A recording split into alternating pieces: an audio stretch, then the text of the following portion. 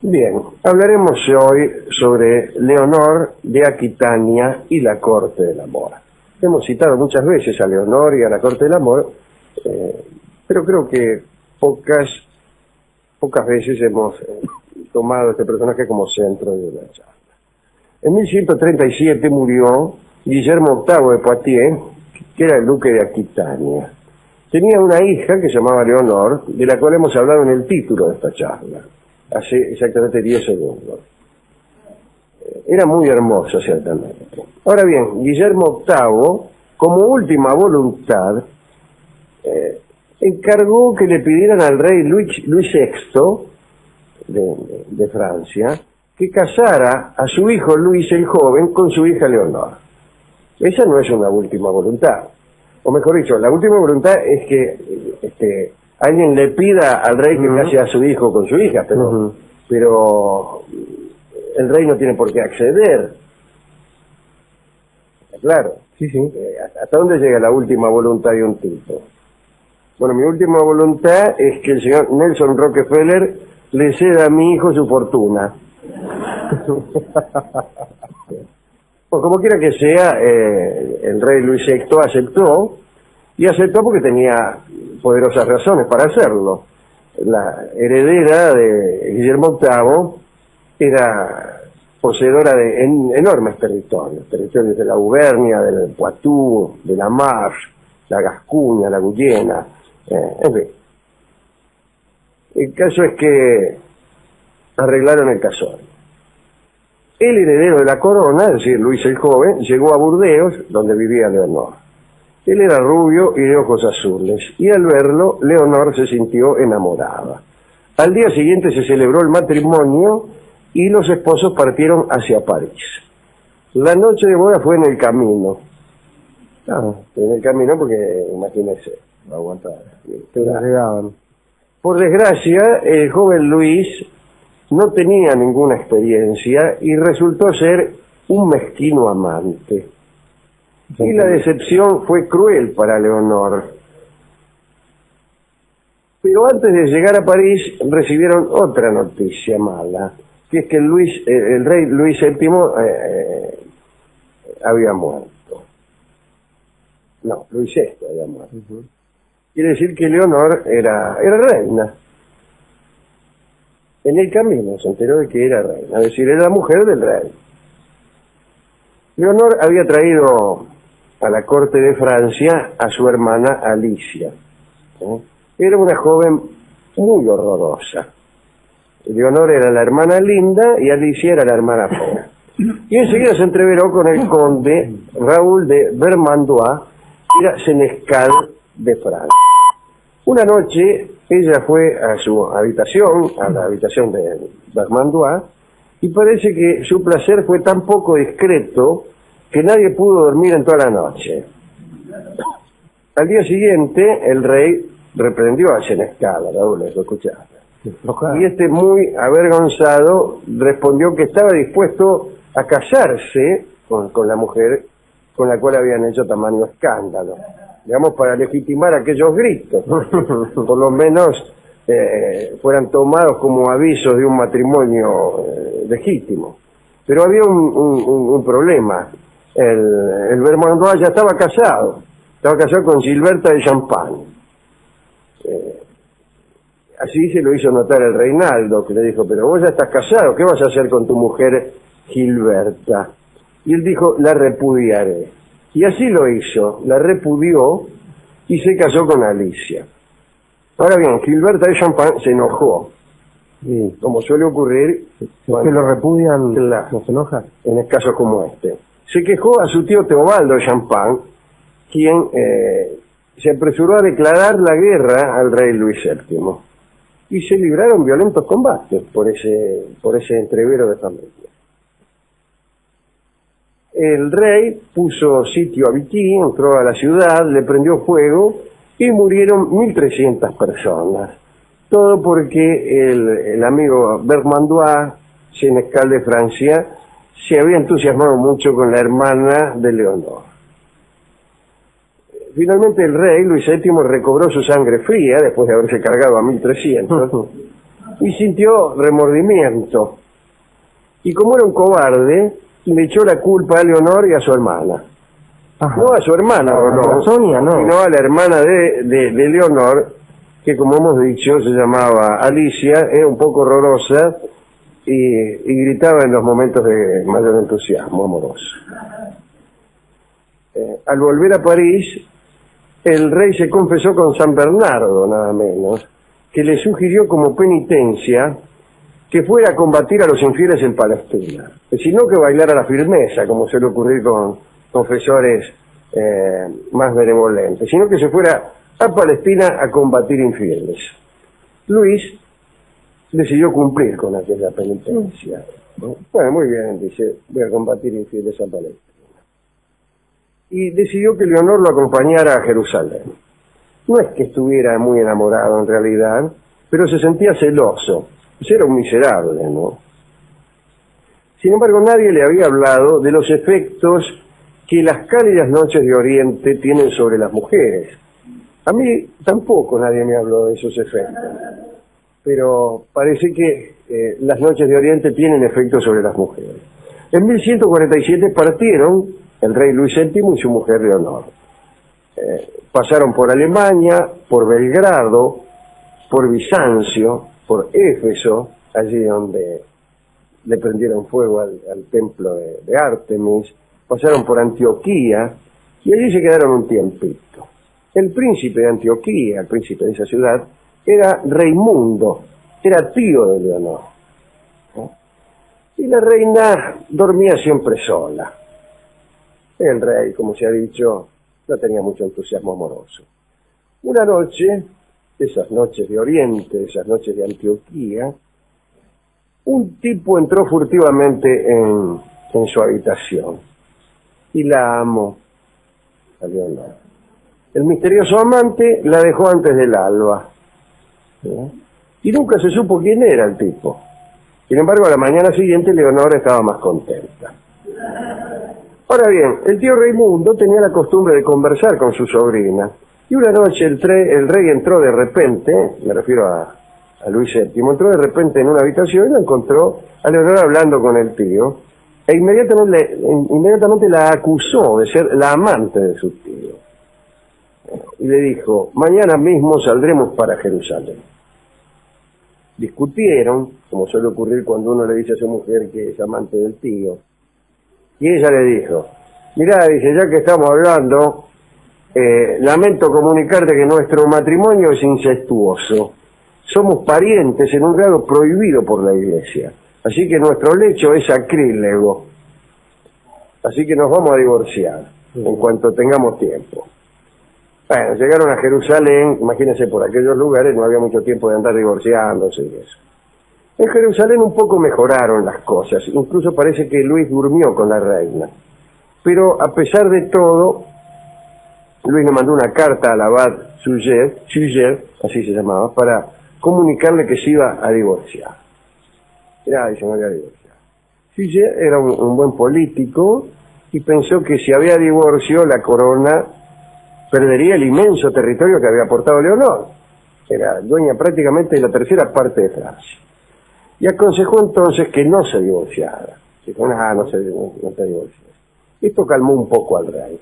Cuando volvieron a Francia ya estaban casi reconciliados. Habían pasado por Roma y allí el Papa les había dicho que el matrimonio no era incestuoso. Entonces Luis VII volvió a dormir con su esposa, de tal suerte que la reina quedó embarazada. Dio a luz una niña, pero después Leonor volvió a comportarse de modo indiscreto y el rey celoso consiguió que el concilio de Beaugency declarara nulo el matrimonio.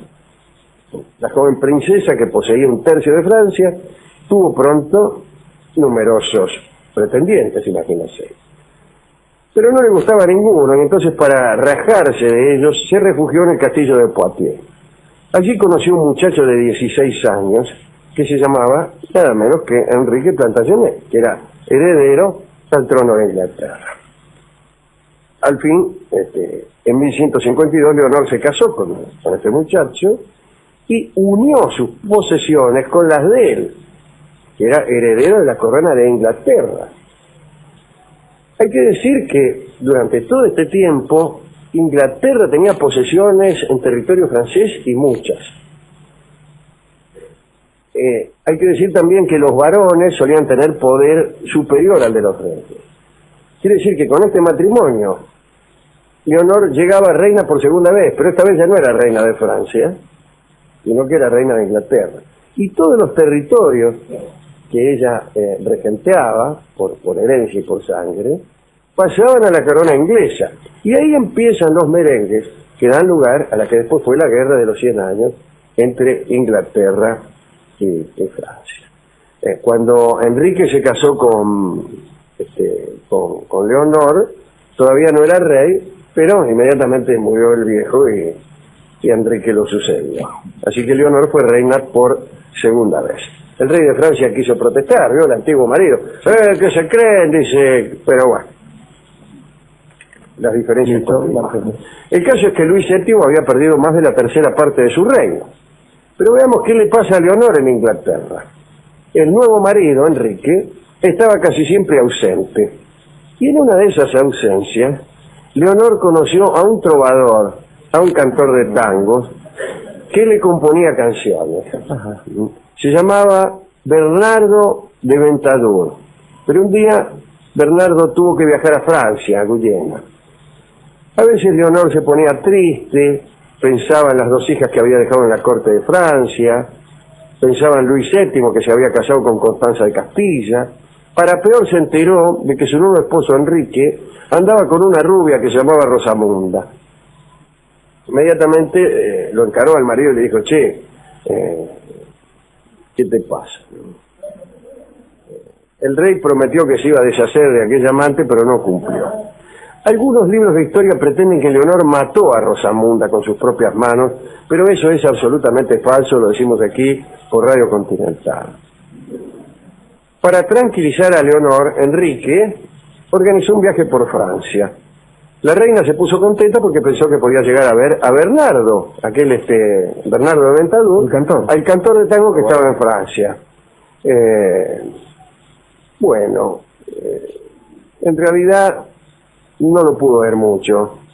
Apenas si lo saludó de refilón y le hizo un par de cálidas promesas al pasar. En el transcurso del viaje quedó embarazada una vez más y volvió a Inglaterra con el futuro Ricardo Corazón de León en su seno.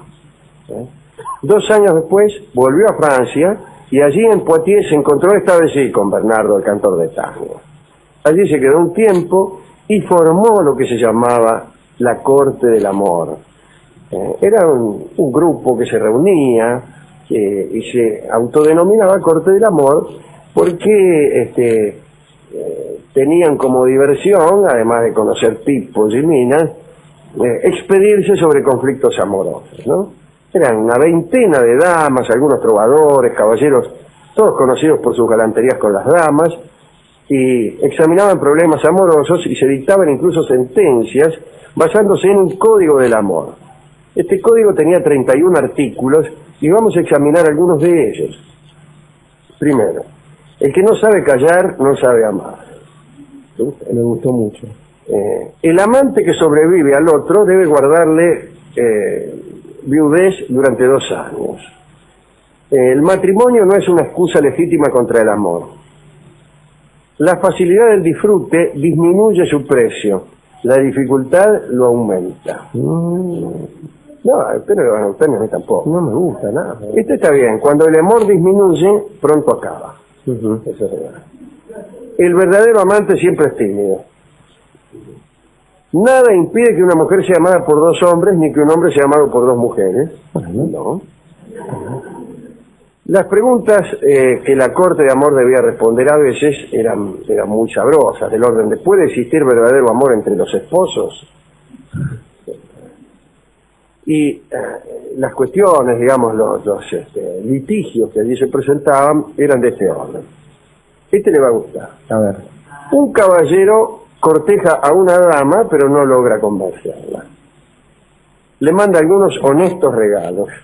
La dama acepta. A pesar de ello, sigue rechazándola.